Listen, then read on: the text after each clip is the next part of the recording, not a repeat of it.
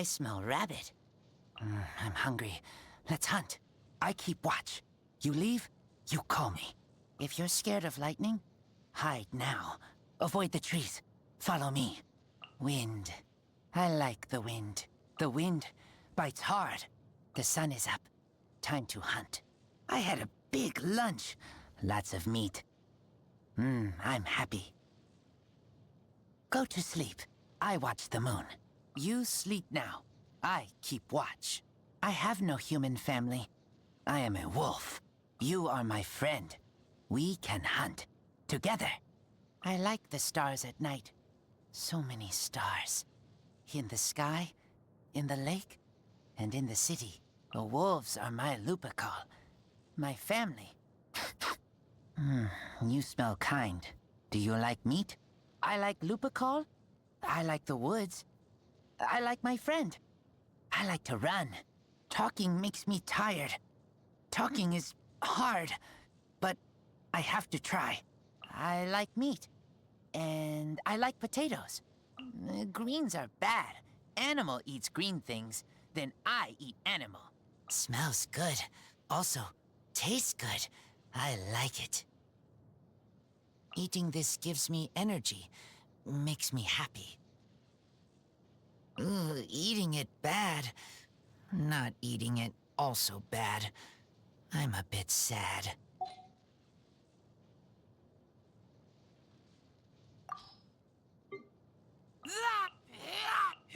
Get back! Keep back! The empty...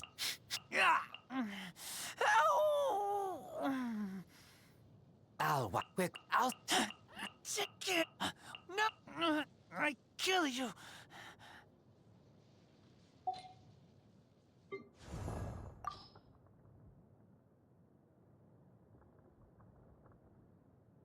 The Seabird's Great Detective Herlock series is going to be published by Yai Publishing House, right? Seems like it. But the Seabird clearly doesn't need help with printing and distribution. Why don't they just publish it themselves? Mwahaha! You still have a lot to learn about the dark side of the publishing industry. Ugh. Okay, you know-it-all. Go on then. Give Paimon one good reason why the Steambird can't publish its own novels when it already publishes a newspaper that's read all over to that. Because the key to a successful light novel is... Uh-huh. the illustrations! What? No way! Try telling that to all the writers and editors and to Vet! They're the ones working their butts off coming up with ideas! Maybe so, but the Yai Publishing House has all the best illustrators on their payroll, and poaching them can't be easy. Artists like Calx must be virtually impossible to contact without going through them. Oh. Yeah, that's a fair point. Mm-hmm. But there's another reason, too. Only works published by the Yai Publishing House make it into Genius Invocation TCG crossovers. Huh? Paimon never knew! That's the deepest, darkest secret of the publishing industry. It's not about stories anymore. It's about products and how to commercialize them. Huh. That's just... sickening. So apparently, some detectives in Fontaine managed to solve cases without ever setting foot outside their homes. They call them armchair detectives. That's what they call working from home, right? Sounds pretty cushy. Still, how do they figure out the truth if they never even go to the crime scene? Oh, Paimon knows! They must be using divination. You're thinking of fortune tellers, Paimon, not detectives. Oh, yeah. In any case, surely the evidence isn't just dropping itself off at the detective's doorstep. You mean... Oh, the detective must have people collecting information for them! Perhaps. Or maybe they post commissions at the Adventurers Guild? Huh? But that would mean the detective gets all the credit for our hard work. Oh, bet they make a tidy sum more off it, too. Paimon won't stand for that! Let's go have a little talk with Detective Armchair right now! At the Fontaine Research Institute, they research clockwork clockwork and different energy sources, right? So how come there are rumors about a mystery treasure? It'd make more sense if the treasure was owned by a bandit or a pirate. But Paimon's not sure that the researchers' and technicians' definition of treasure is really mysterious enough to get excited about. What about researcher by day, bandit by night? Does that sound mysterious enough? Well, for starters, it sounds exhausting. Imagine finishing your day job, then working a whole other job at night. When would they get time to rest? Maybe they wouldn't need to rest if they were actually a clockwork mecha in disguise. Ah, a mystery treasure left by a clockwork mecha who's a researcher by day and a bandit by night? Oh, now that sounds more like it. Pro tip. While we're in Fontaine, if someone ever picks a fight with you, you should never fight back unless there are witnesses around. Huh? Why's that? 'Cause without any evidence, the court will probably reject your claim of self-defense, and they'll just rule that it was an intentional street fight. Okay, and then what? Well, if that happens, you'll almost certainly end up having to duel before you're put to trial. At that point, you'll either have to fight the same person all over again, or go head-to-head with their champion duelist. Paimon just feels bad for whoever has to fight you. Pretty crazy how things that happened only yesterday show up in today's issue of the Steambird. Even stuff that happened late at night, way outside the city, makes it in.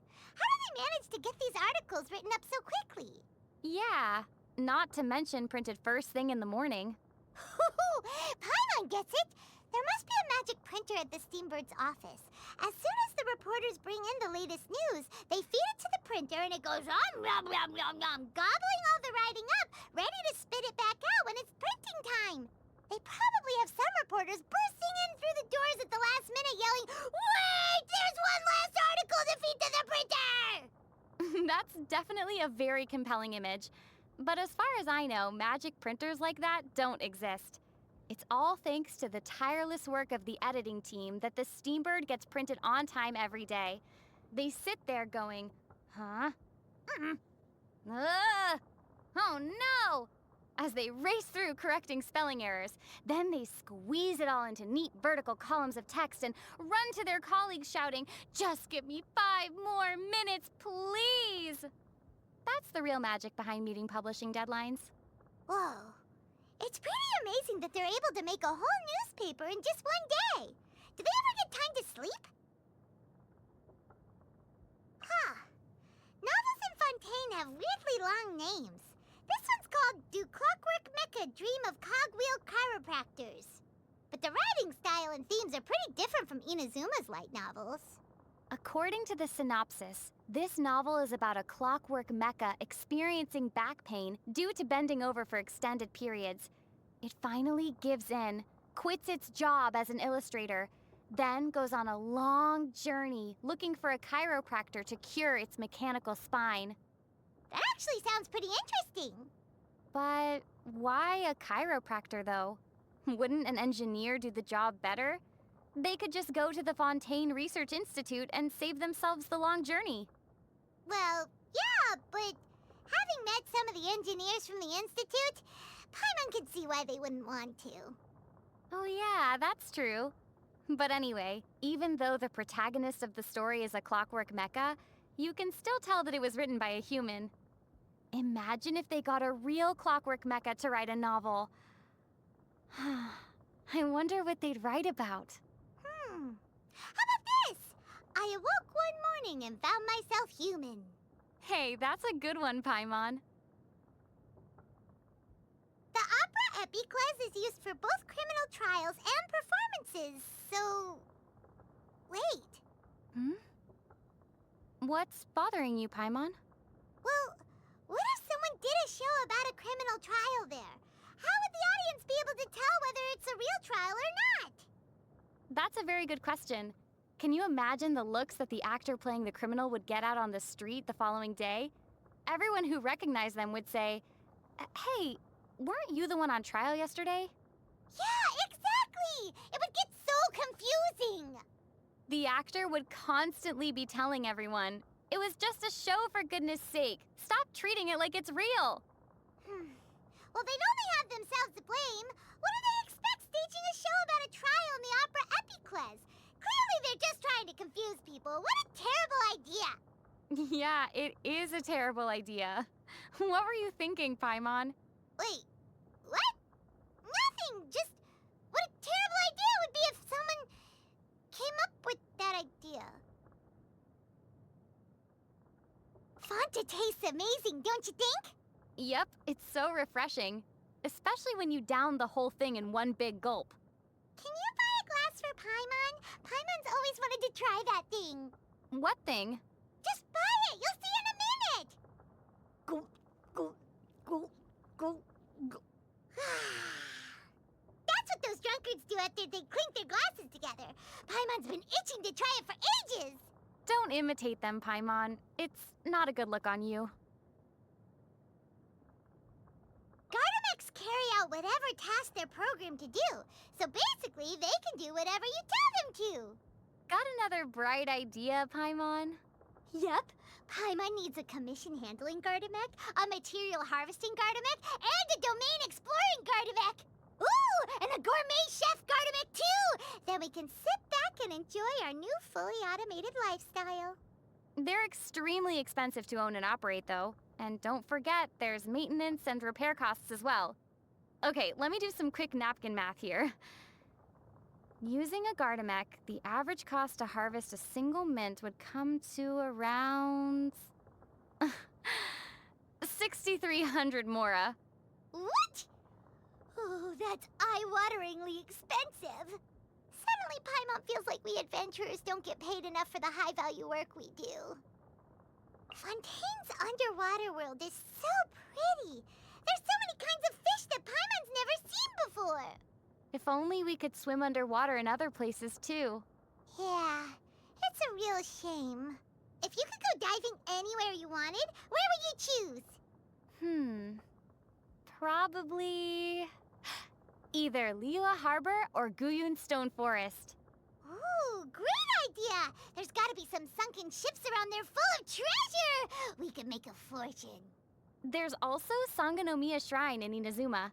The view underwater must be stunning around there. So what about you, Paimon? Where would you go? Let Paimon think. Well, since you already chose places in Liyue and Inazuma, Paimon's gonna go for Cider Lake! Not a bad choice. But you gotta be careful, because just when you're swimming along, minding your own business, Yeah? suddenly, you notice something slowly sinking in front of you. Huh? It's round and chubby, with a red and white pattern on its surface. The moment you realize what it is, you know it's already too late. A Jumpy Dumpty! Boom! Wah! And Paimon goes flying into the sky. There seems to be a lot of eccentric artists in the court of Fontaine. Apparently, they often stage artistic performances at the Opera House, too. The people of Fontaine sure place a lot of importance on the arts. Guess that's why they call it the City of the Arts. It's nothing like Sumeru, where people had to do their performances in secret. You're pretty into the arts, huh? Of course! Paimon's pretty much a connoisseur. Okay, so what makes something art, in your opinion? Well, art should be something that's out of the ordinary. Something that sparkles like the stars at night. By that definition, I have a work of art following me around wherever I go. Huh? Wait, you don't mean Paimon, do you? Yup. And now that I think about it, you should consider doing a performance sometime. Paimon live at the Opera House. I bet a lot of people would go to see that. No way! Not gonna happen! You know what's strange? Clockwork mecha are extremely intricate, and yet people regularly manage to fix them just by whacking them a few times. How does that work? I guess if a gear or drive shaft comes loose, sometimes whacking it or giving it a shake is enough to make the parts latch back onto each other. Huh? Paimon didn't follow that. Well, simply put, if the mecha isn't actually broken, a little tap can nudge the parts back into the right places. But on the other hand, if one of the parts is damaged, then no amount of whacking is ever gonna fix it. Oh, so it's like knocking sense into people. It works fine as long as they've got a brain and they're just having a dumb moment. But if they're a total airhead, there's nowhere for the sense to go. Wait, why are you staring at Paimon's forehead? Don't worry, I'm not gonna whack you in the head. It wouldn't work anyway. Well, that's a relief. Wait, hey!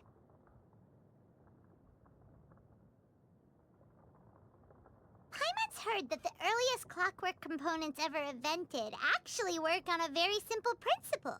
You take a long object made from durable material, bend it, and wait for it to return to its original shape. As it rebounds, you can use the energy it gives off to power gears and stuff. And then you basically have an engine. A long object made from a durable material. You know what that reminds me of? Cryo and pyroregisvines, don't you think? Ooh, of all the things you could have thought of, why those two? But come to think of it, the regisvines are pretty good at whipping their stalks around. And they're really strong too.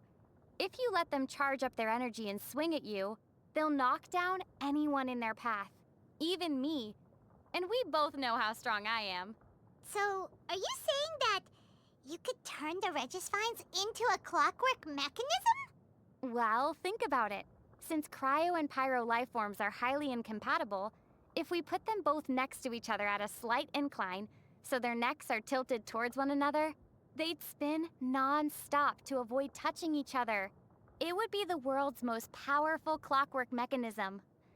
Once we found a way to harness it, it would generate enough energy to power most of the machines in Fontaine. Oh, yeah, you're right! This is a genius idea! Eat your heart out, Fontaine Research Institute! All we need to do now is find a way to bring the regisvines to Fontaine, put them in position, and... Wait a sec. How the heck are we gonna get those overgrown ferns to Fontaine? As soon as we've tackled the minor issues of practicality and cost-effectiveness. How about we explore the details ahead of us later? Paimon thought we'd be saying goodbye to the amazing cafes after we left Sumeru. But it seems like people in Fontaine are big coffee drinkers too. They sure are. Even the newspapers run articles about how great coffee is at keeping you awake and alert, and at boosting your energy levels, so you can keep performing at peak efficiency during a long working day. Whew. Any job where you need coffee to stay energized must be exhausting. Like, blacksmiths? Maybe chefs too. Oh, and adventurers. They're always running around all over the place. Hey, and what about divers? Divers, huh? That's definitely the odd one out here. How are divers supposed to drink coffee when they work underwater the entire time? Yeah, that's a good question. They can't take off their helmets underwater, so they'd probably have to shut themselves inside an even bigger glass box and drain all the water out before they can finally drink their coffee. Probably from a bottle. No, wait. If the coffee's already in a bottle, all they need is a long straw that goes from the bottle into their helmet. Then they'd be able to take a sip of coffee whenever they want. Ew. But then the coffee would go cold. Cold coffee is just gross. With the important exception of iced coffee, but that's its own thing. Well, that's no problem. They could just bring a stove with them underwater. You seen the kind of stove that most people use in Fontaine, right? It only has one small opening at the top. As long as that's sealed nice and tight, it won't go out, even underwater. Wait a second. No way. Is that... That's it! That must be the whole reason stoves in Fontaine are made that way! Ding, ding, ding. Right answer. That is indeed the reason behind the design of the Fontaine-style stove. Paimon's the smartest. Hey, how about we open an underwater cafe? Paimon bets there's lots of divers out there craving some coffee while they're down in the depths. Yeah, this could be a huge opportunity for us! Once we open the world's first ever underwater cafe, the Mora will come rolling in! Heck, and why stop at cafes? The ocean's our oyster! We could build a whole shopping mall down there! Then a whole underwater business district! It's gotta be the best feeling in the world making Mora through your very own stroke of business genius. Just one thing, okay? Don't go taking out a loan in my name. city keep telling us how Palais Mermonia is a super stressful place to work. But when we went to see it for ourselves, it seemed like hardly anyone works there.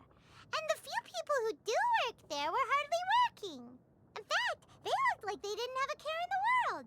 What part of working there is supposed to be so stressful exactly? Maybe the work they carry out is essential but insignificant. How can something be both of those things at the same time? Well, okay, so imagine that one day you suddenly forgot how to fly and fell to the ground. That'll never happen. Flying's a piece of cake for Paimon. Probably not, but just in case, we should make sure that there's a cart loaded with cushions ready to catch you at all times. The cart would have to be designed to withstand any environment and weather conditions, and the cushions would need to be soft enough to break your fall gently. It would need to be built from the sturdiest timber and strongest rope and packed with plenty of medical supplies and snacks. And all because keeping Paimon safe and sound is absolutely essential. You really mean that? Aw, thanks! But there's really no need to go to all that trouble. Paimon's been flying for a really long time. There's no way Paimon's gonna suddenly drop out of the air, so you don't need to worry about it. See? That's why it's insignificant. If it ever did happen, the consequences would be disastrous. Hence why it's essential to be prepared. But practically speaking, the chances of it happening are next to nothing. So it's insignificant at the same time. If someone in the Palais Mermonia was assigned a task like that, it'd be up to them to decide how busy they want to get. Chances are they'd probably just sit back and do nothing. But what if Paimon really does forget how to fly one day? What's gonna happen when Paimon falls to the ground? I'll be here to catch you no matter what. Because you're not essential but insignificant. You're the best travel companion ever.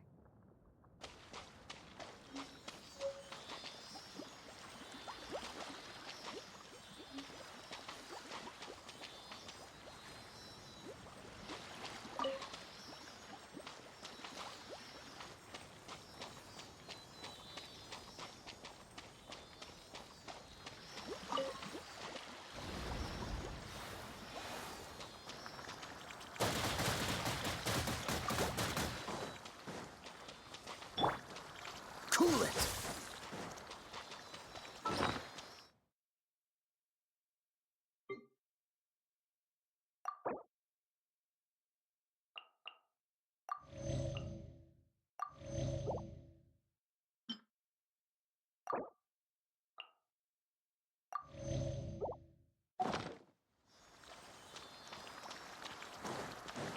Freeze!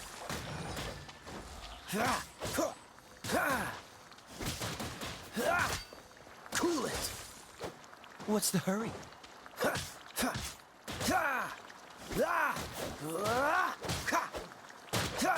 Freeze!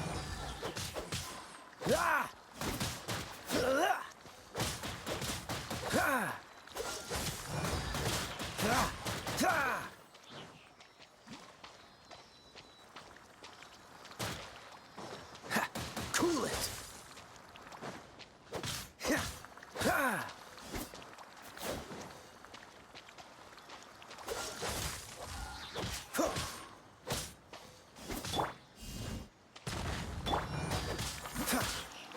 Dodge this!